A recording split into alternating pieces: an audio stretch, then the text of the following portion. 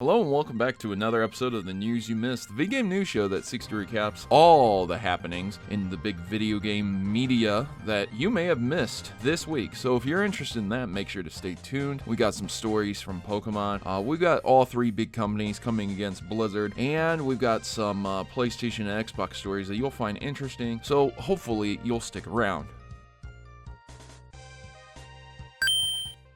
I want to begin by requesting that people sign in and make sure to like and share the video. Not many people know this series is still going on. I get a lot of people returning saying, wow, I didn't know you still uploaded, and I haven't seen a video from you in a while. So if you would be so kind as to share this new segment, it's 100% non-profit and supported by you guys, which means there's going to be no sponsors here, so I can freely provide the video game news to you without feeling like I have to please a certain entity. So we're going to jump right into that I emulate for a certain reason, and this is it right here. So this picture's been floating around for a while where there's this like pawn shop or this video game shop, a retro shop, whatever you want to call it, and it just has stacks upon stacks of Pokemon games, and they're priced outrageously. Some of them are around $60, but that's just the cart. It doesn't come with the box or the book, and it would be pretty difficult to determine if all of these are fake or real games, or if their batteries were drained or not. It's still pretty crazy to see how much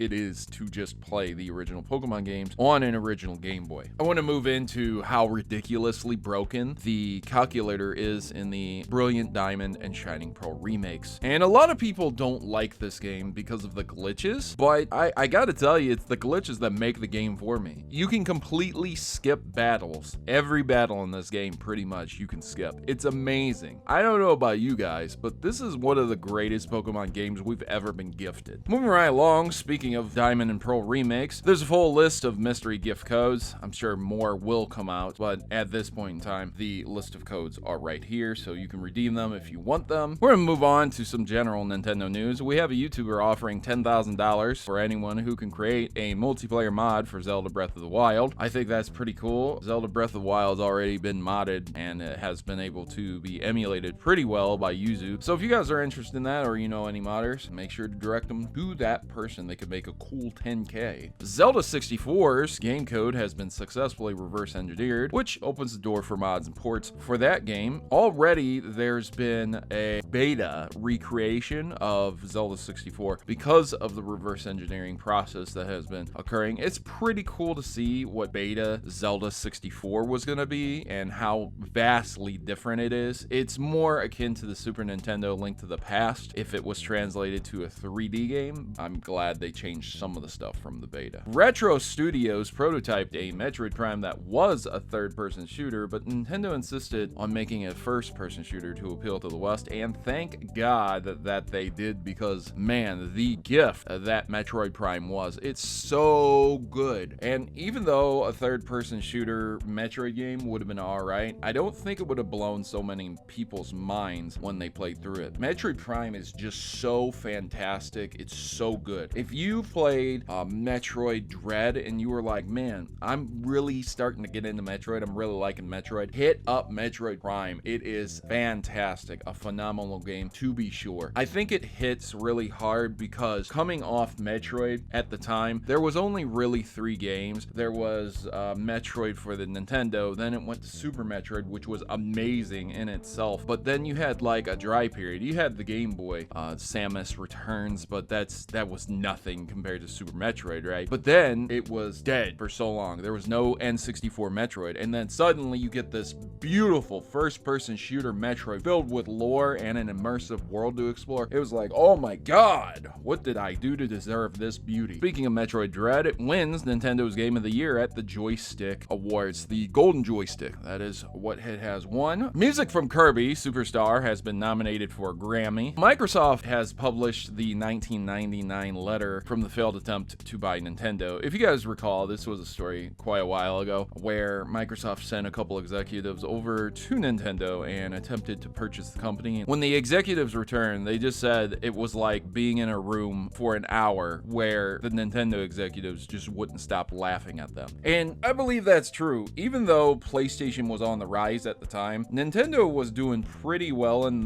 the late 90s. Microsoft was just trying to get into the video game game console market in 2001, launching the original Xbox, but that's hilarious that they just kept laughing at the executives. Halo Infinite cheating begins as console players call on 343 to let them disable crossplay. Crossplay being disabled in Halo Infinite might slow cheaters down, but it definitely won't stop them completely, as there are people who cheat on console versions of games. This much is true. I played the Halo Infinite multiplayer. It's not exactly for me, but it's definitely a fantastic Halo game. It is much better than most Halo entries have been for the last 10 years. The Master Chief Collection is fantastic, and it's probably the closest thing that you would get to Halo Infinite, and Halo Infinite is free, so if you have an Xbox One that's capable of playing Infinite, download it and play it. Halo Infinite's campaign, which is not free and is what's going to cost you, features an open world design. There's some really cool stuff that you can do on Zeta Halo, and I don't know if I like an open world Halo idea. It probably is going to be fantastic. It's probably going to be nowhere near like Skyrim, but I think it will be a really cool game, and I'm interested in playing it. It's been a long time since I played a new Halo campaign, so hopefully it will be good. Xbox has been sending anniversary packages to fans, which include their gamer tag etched in crystal and a 12-month gift card to Game Pass, and a special Halo-themed controller. That's pretty cool. I really would like to have one of those, but unfortunately, I don't believe I've had Xbox Live for over 20 years. Sony has begun patenting and planning a PlayStation mobile controller. This patent suggests that who knows if it's actually true, but it just looks like a PlayStation 5 or possibly a variant of the 4 controller and the phone in the center of it, and that's it. The PlayStation 5 disc version is no longer being sold at a loss thanks to scalpers. I had that last part there, but we all know it's true.